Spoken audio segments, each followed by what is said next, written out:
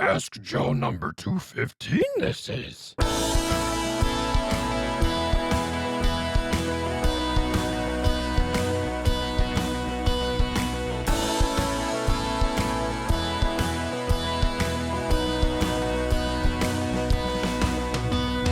Hello, everybody. Welcome to Ask Joe. My name is Joe Gilder. We're on episode 215.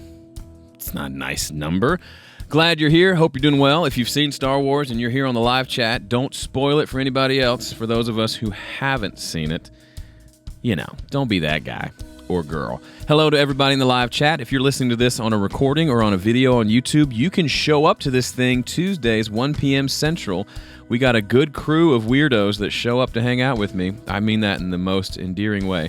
And you can join too. You can also go to homestudiocorner.com/calendar, and you can actually get it on your calendar. Subscribe to that calendar. It'll show up. It'll give you a little reminder and give you the link and everything you need. So that's going to be great. Super exciting. Super duper exciting. Real quickly, I want to talk about, there's a few things going on. As of right this moment, I'm doing my big end of the year giveaway where I give away 20 of my courses to 20 winners. There's a video on both my YouTube page and my Facebook page where you can get, so look up Joe Gilder Music or Home Studio Corner, you'll find it. Leave a comment there and I will choose 10 winners on Facebook, 10 winners on Twitter, 10 winners on YouTube, and you'll get one of my courses for free. I've been making courses for years and years and years, so I've amassed quite the collection, and I'd love to give one away to you. At the end of that, before the next episode, I'm not sure if I'm doing another episode this year, just because I'm taking a few weeks off.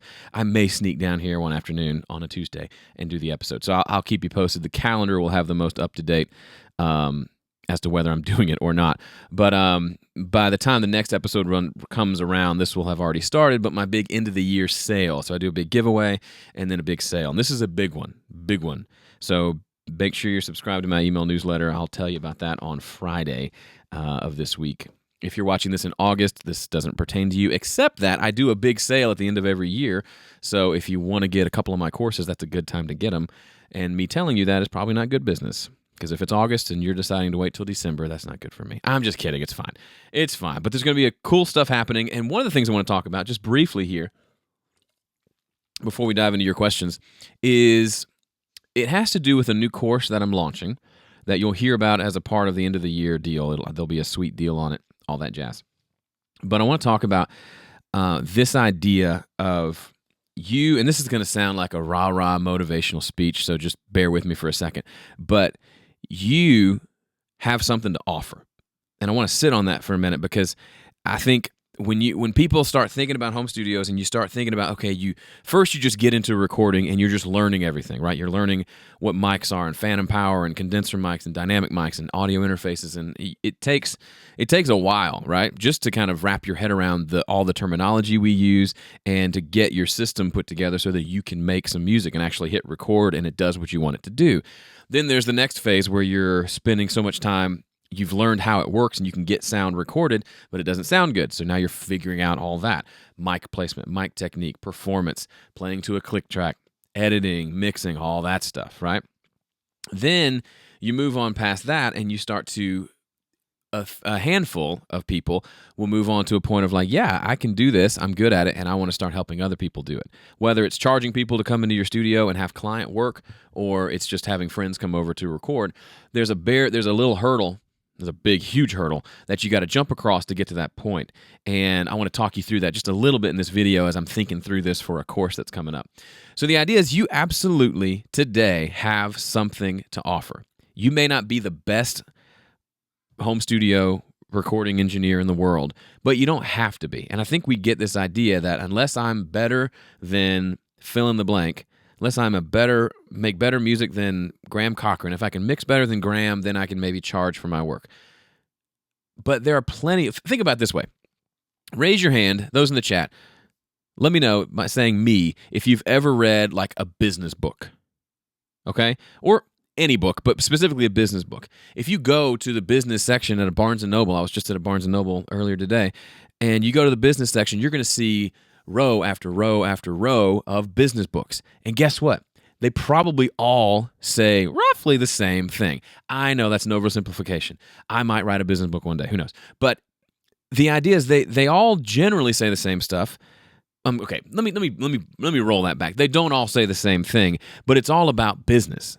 And there's only so many things you can talk about. You can approach business in a bajillion different ways, but at the end of the day, it's a fairly simple concept. And so what I'm saying to you is, if you've read more than one business book, you've already proved my point that you've got something to offer. What I mean is not that you learned something in that business book. I mean that there are more. If there was only room for one person to be the best at something, then there would be one business book in the business section, and no one else would write a business book, because they would say, he wrote the book on this. Seth Godin wrote the best marketing and business book. There's no reason for me to write one. Well, guess what? Even if I still think Seth Godin's the best business author, and I'm on a Seth Godin kick lately, I'm still going to read other business books by other business people, because everybody's got their own way of doing things. And I am an amalgamation of all the different techniques and strategies and things that I've tried myself, and also that I've used from learning from other people, right? So I've got something unique to offer in the way that I've consumed information and then started to test and try things. And the other part of that is there are a million business books out there, and they all sell, which means even if one is quantifiably better than the other, there are still plenty of people who may not like that and might really like this book, or they might really connect with this one, or they might read a book a week. And so there are 52 authors a year that they connect with, and there's not really competition there. So all that to say, if you are sitting there thinking that you don't have anything to offer in your studio, one of two things could be true. It could actually be true. You could just be horrible at this. Maybe you just got started. Maybe you just don't have a good ear for it. Maybe you need a lot of practice before you're doing anything that you could be proud of. That's one category, and the answer is to work on a lot of projects. Your own music, someone else's music, find as many people to work with as you can, and just put out stuff, because you get better as you put it out. So that's the first group. The second group, and this is going to be the bigger group, are people who are good at this to some degree, but don't feel like they're good enough to bring somebody else in their studio, or to actually even put themselves out there as someone that you could hire to record a song or mix a song or even master a song, okay? You've got something to offer because you are down the road from somebody else. So for someone else who's recording themselves, maybe you don't have much to offer. But for somebody who's like my buddy Alan, who loves to write songs and has zero interest in learning how to record, he's a perfect client. Because he just comes in, he doesn't know what I'm doing. He just knows I set a mic in front of him and told him to play, and he played along. And then I did stuff, and it sounded good, and he was thrilled with it. Honestly, it could have sounded almost any way, and I think he would have been thrilled with it, because he was just happy to be recording his songs and getting them down on tape. He'd been singing them to himself, recording them on his iPhone, and he's finally getting like good sounding recordings. You can do that for other people. And so as we roll into the Christmas season, a lot of people have a few weeks off. There's a lot of time for family, but there's also a lot of time to kind of contemplate, think about the new year, think about where you are in relation to your goals and dreams and aspirations and all that blah, blah, blah stuff. But I just wanted to put a bug in your ear that there's a very, very good chance, it is highly likely, that you have something to offer and that you bring a lot to the table. You don't have to be the best in the world, but you probably are better than your potential clients at recording, and you offer something that's tangibly valuable to them because you've put in the work, you've done all the research, you've put your studio together. You watch this podcast because you want to learn stuff and get better, and that's cool. Boom.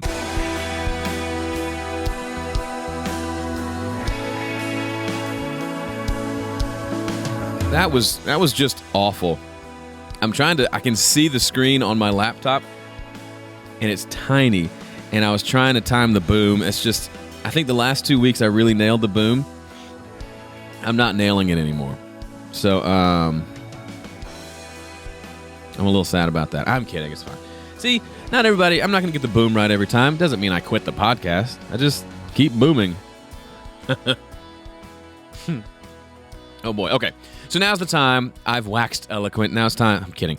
Now it's time to jump into your questions. So if you're here on the live chat, I'm going to pull the questions from here, and we'll go for about another 20 minutes or so, and I will answer as many questions as I can, as thoroughly as I can, so that I can help you, but also all the thousands of people who probably have the same question you do. And thank you again, all of you who are here live. I'm pointing at you right now. Really means a lot that you take time out of your day to come hang out. I hope this is really valuable for you. And if you're here live, why don't you hit the share button? Get a few more people in here who might have questions. Share it and explain what it is. Come ask questions about audio, music, recording, life, hot wings. I've been on a hot wings kick lately, and we'll answer them. All right, Bill says, I want to use fat channel effects on tracks. Okay. So I'm guessing you're referring to, I'm not sure what you're referring to. There's a fat channel on this PreSonus board that I use. If you're saying you want to record the fat channel settings bake it into the audio as it records into your DAW, if so, it's super easy to do. There's just a button along the top that says pre and post. You just switch it to post, and then that will allow you to, it'll then, whatever you have on those settings will get recorded into your DAW. It's a little tricky, but I did that on the session with Homestead Collective, especially on like the tom drum. It didn't sound like we wanted it to sound as we recorded it. It needed some EQ and a little bit of compression, so I put that and just baked it on the way in, so I don't have to go redo those settings when it comes to mix. It'll already sound close to how I want it to sound. Barnabas is not seeing a share button. I bet there's a little arrow somewhere that says share, or you can just copy the link and go drop it into your favorite social media, and it'll do the rest for you. Bill, what's up, Bill? Bill was in my recent vocal mixing guide. I can't talk. I did a course recently called Vocal Mixing Guide, and Bill was a part of that and submitted a track to mix that I mixed on this private live training. It was super fun. Bill says, what's the best microphone for high sound pressures? Trying to keep the microphone from saturation. I don't know what you mean by the microphone from saturation, because typically mics don't do saturation like at higher levels, but they can clip. You can just read the SPL level on like the stats on the mic, but in general, dynamic microphones handle loud levels. So you stick an SM57 on a cranked Marshall, 100-watt amp, and it handles that just fine. So there's few things. You put it on a snare drum, it's 2 inches away from a snare drum and doesn't clip. It's probably going to be a go-to. Most dynamic mics will do that just fine. Ribbon microphones can handle a lot of sound pressure level. I use them on guitar amps a lot. That fat head that you saw, if you saw the video, the Gilder Cam episode where we're doing percussion on that Homestead Collective EP, which came out this past week. So if you haven't seen that, you heard last episode. If you haven't seen the video, go check it out. Super fun just to kind of see behind the scenes of how we recorded that EP. But I do a lot of the percussion with that fat head as well. Super great. Let's see. Now the fat head is only good on for me, I found guitar amps, percussion, and I discovered something the other day that it sounded pretty good on. I've used it on drums just in general, like the drum kit. And there was something else. What was it? Oh, I used it on a cello. We put a condenser on the cello, and then I also put the fat head right next to it. It added this beefy low end that was beautiful. We ended up not using the cello part, but the sound was pretty cool. Okay, so Bill is following up to his earlier question about fat channel settings. He doesn't have the PreSonus board. He's got the 1818, the audio box or whatever. I don't know about that one. I don't know. They used to have software that allowed you to essentially run it like a mixer using software, but they stopped supporting that on the Mac, I know, because of some kernel blah, blah, blah, blah, blah issue. But I would check the manual, check PreSonus. I don't know. Do you have tips for mixing and editing classical and orchestral stuff? For mixing classical stuff, especially things like strings, I've not met a string section that didn't love a nice high-frequency boost, where you take the high shelf and just crank it up. It just helps it cut through, especially if it's orchestral and there's a lot of stuff going on. It helps those strings just kind of sit right on top of the mix.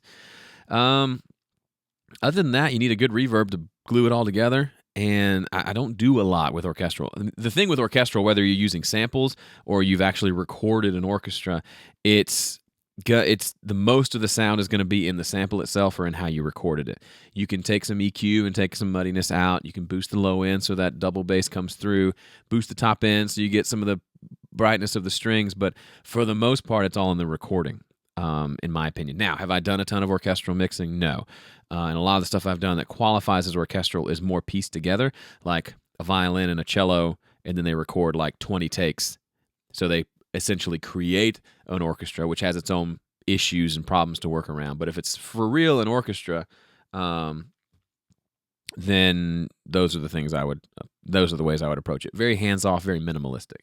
I wouldn't start compressing other than like the main bus, the mix bus or the bus for the orchestra. Probably not going to do any individual compressing of individual pieces because the orchestra was meant to be heard as a whole. So I'm going to try to mix it as if I'm sitting in the center row, in the middle of the front row at the concert, or maybe halfway back, and I'm hearing it in the room. That's kind of how I want to hear it.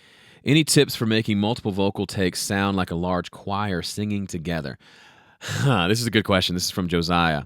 So I've done that a lot. If you go listen to really any album I've put out, there's probably one song on there where I've done lots and lots of background vocals, sort of like a choir. The problem with doing it all yourself, if it's just one person, is it's not going to sound, it's going to sound like one person singing over and over again. It's doable, but you have the same timbre in your voice times 20 tracks.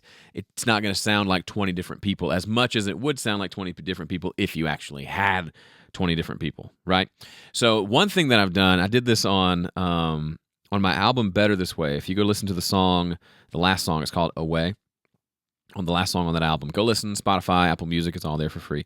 There's a kind of a gospel-y choir sound that comes in towards the end. That's all me. And what I did is I set up a microphone, and then I just sang the different harmonies and the different parts over and over again. And every part, I did two things. I sang it differently, like I was trying to do an impersonation of someone else, and then I also sang in different places in the room. So instead of singing right up on the microphone for every part, I would turn around and face the opposite way. And so the mic would just be picking up the room.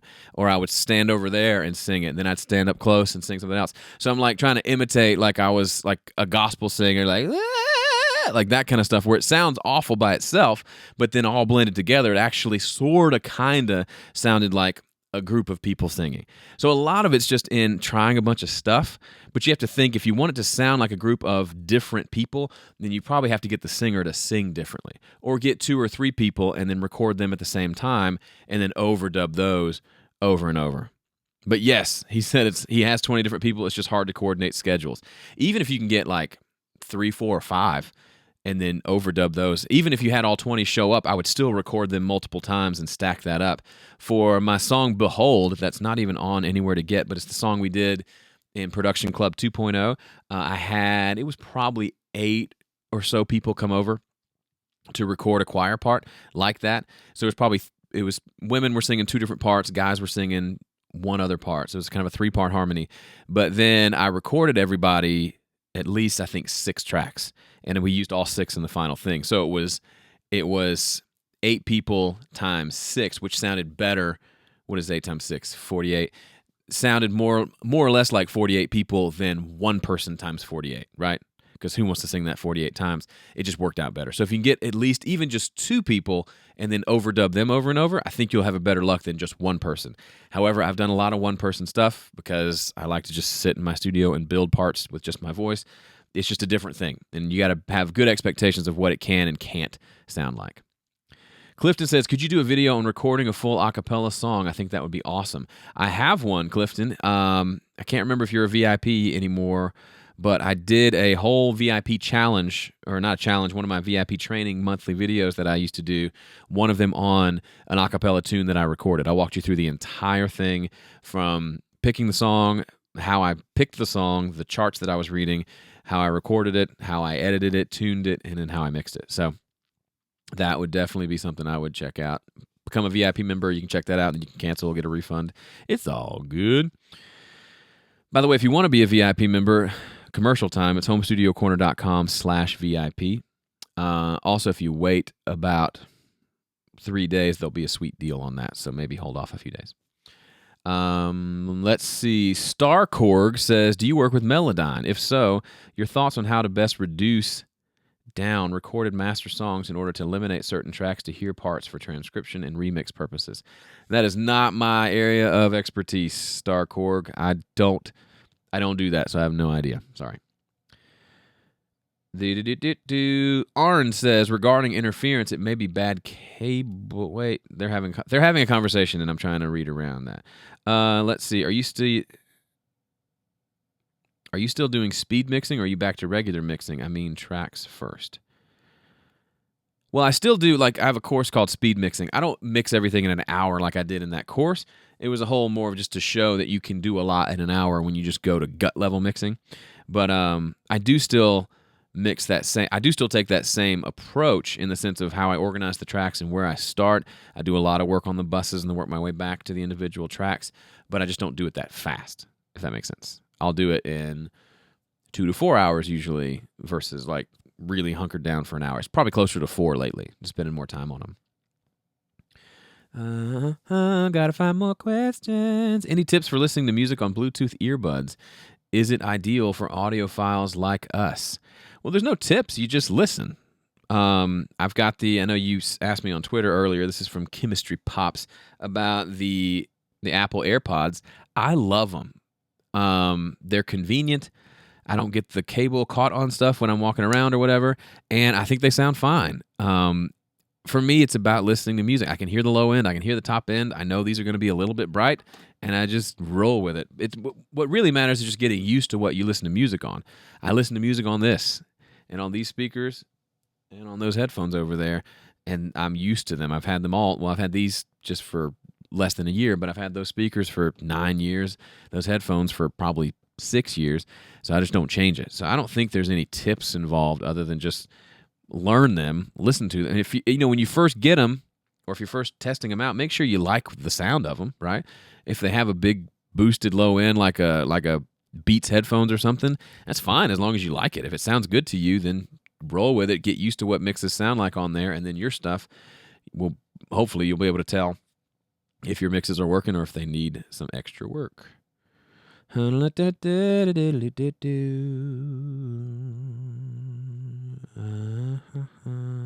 Y'all are talking to each other a lot, which is super great, but I'm having a hard time finding your questions. What was it like working with your first client? This is from Wagner. What was it like working with your first client, or at least some stories from early days, Joe the Mixer?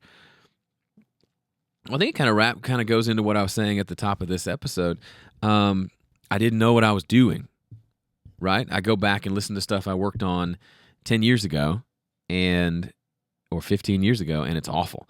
Not awful. It's just I'm so much better now, and I have a great concept of I've done a lot, right? I've built a body of work to where I've slowly improved over the years. So I don't know, stories of what was it like working with first clients. It's nerve-wracking. You're putting yourself out there, and they are paying you. And then for me, the biggest thing I think is just assuming things will go well, and then not really setting any expectations, and probably underestimating how much time and money it would take to do said project. You kind of just want to throw out a cheap price and get them. At that point, you're just happy anyone's interested in working with you. And then if they want to pay you on top of that, you're just over the moon. So you don't really think much about how much to charge, and you tend to charge on the low side, which is a natural progression. It makes sense. So I would have, I think, done a better job of really estimating out how long the project would take, whatever the project was, and then charging based on that, versus charging as little as possible, and then not really having any expectations, and not really they would just show up and we just start doing stuff, which is fine. But in any kind of planning and expectation, like I talked about a couple episodes ago, goes a long way towards helping you weather any sort of complications that arise. So if you're working on a project and it's going to take 10 times as long as either of you thought, you can weather that storm a little bit better if you've had conversations beforehand on, hey, here is how much I think it's going to cost, and this will get you, if you pay this much, that'll get you this many days or whatever. But otherwise, if it goes way above that, we'll have to have another discussion. And that works so much better if you have that discussion up front than if you're trying to backpedal later. Whoever it was, Josh, ask your question again so it's right there in the bottom of the chat. That would be super great. Noah says, is freelancing in Nashville possible to live on, or is a second income required? I think anything's possible. I just think the game of making money with music is just very different than it was even a decade ago. I know a lot of really, really fabulous musicians who, if they're not on tour, they've got day jobs. They're fabulous. really good musicians, or they have part-time jobs where they're gigging and doing studio work, and then they're working part-time to kind of make ends meet, and a lot of them, their spouses work too. So I think it's certainly possible. It's just a lot of it's a matter of, for lack of a better word, luck and meeting the right people and putting yourself in the right position. And a lot of it is business. Like, there's a lot of people who are super talented, but they're not good at like going out and getting business. So that's why I tell people all the time, I'm not the greatest engineer in Nashville. I mean, that almost is stupid to even say. I'm nowhere close to being one of the greats in Nashville. But I've studied business, and I've run my studio like a business, and I've run Home Studio Corner, which is where I've gotten the bulk of my business training, right, from running that. So I think like a businessman. So when I work with other musicians, it's really cool because I can bring that to the table. But it's also, it kind of exposes like, oh, okay, you're kind of scatterbrained in the way this goes, and you kind of just, if work comes in, great, and if it doesn't, what do? You just kind of wait around for work to come in. So it can be a very passive business model, which I don't like the idea of a passive business model. I want to be able to actively pursue things. And a lot of this comes down to, you'll pursue stuff that doesn't pan out, and then some stuff will fall in your lap that you never expected to, and that's a part of the fun of the business. But a lot of it is going after it, right? And making yourself valuable and positioning yourself in a way that you do start getting those gigs more and more, if that makes sense. I don't know if that answers your question, but if you have like a follow-up, just let me know for sure. Are you going to make a video of the first mixer uses mixer to mix in Studio One session? If you mean, Chris, if I'm going to do a video once DAW mode comes out, yes, it's just not out yet. But yeah, I'll definitely be. I've got another batch of videos that we've worked out that I'm going to do once that DAW mode is released. Can you talk about how you structure your demo sessions for songwriters? Well, it's different for everybody, but if it's a songwriter who legit is just a songwriter and doesn't have a band, doesn't have any players, and they just want me to produce something for them, then they will. There's a couple steps. First is getting the songs from them. I don't want them to just show up and play, and I've never heard the song before. That could mean they come hang out at my studio, and I just set up a single microphone and have them play through the songs. I've done that a lot. Or if they just want to record it on their phone and send it to me, or do a quick demo on their own rig and send it to me, that's great. Then I listen to the songs, and then that lets me kind of go from there, right? So I can hear the song and say, okay, now I have an idea of what this is going to be. And from there, it's really a custom job, right? Is it just an acoustic project like the Homestead Collective thing, where they just bring a bunch of instruments, we hang out for 2 days and knock out 5 songs? Great. Here's the price for that. Is it going to take me booking musicians and session players? Are we going to book it here? I'm going to book it at someone else's place. And there's different reasons to do it at different places depending on what the session calls for.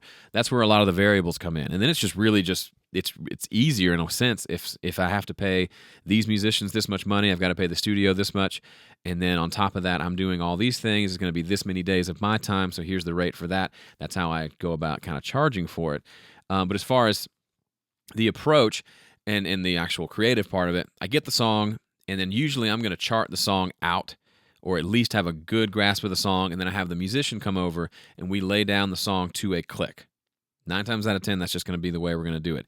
We're going to set the tempo, they're going to record a guitar, and then sing a vocal, and then we've got that. And from there, it could go any number of ways. Send it off to a drummer, book a session with drums, bass, and guitars. Could be anything, or I sit down and just record over the top of that. But that's the general approach. Once that demo is done, then you can kind of take it anywhere. Josh says, my songs always seem to be distorted. Maybe they're pushing too hard. Can compression fix this? Depends on what you mean. Is the recording itself distorted, or is it the final mix that's distorted? If so, you're probably just everything's too loud. You're going for loudness over quality.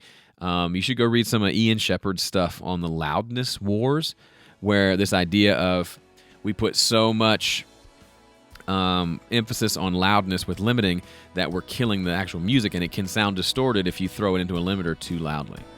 What's your goal for the next 5 years business-wise? I want to expand out and do more different things, different streams of income, different types of even businesses, and try to systemize that a little more, and just find new and different ways to kind of build on the business experience I have now. And that's a lot of music-related stuff and probably a handful of non-music-related stuff, and I'm out of time. I got to go.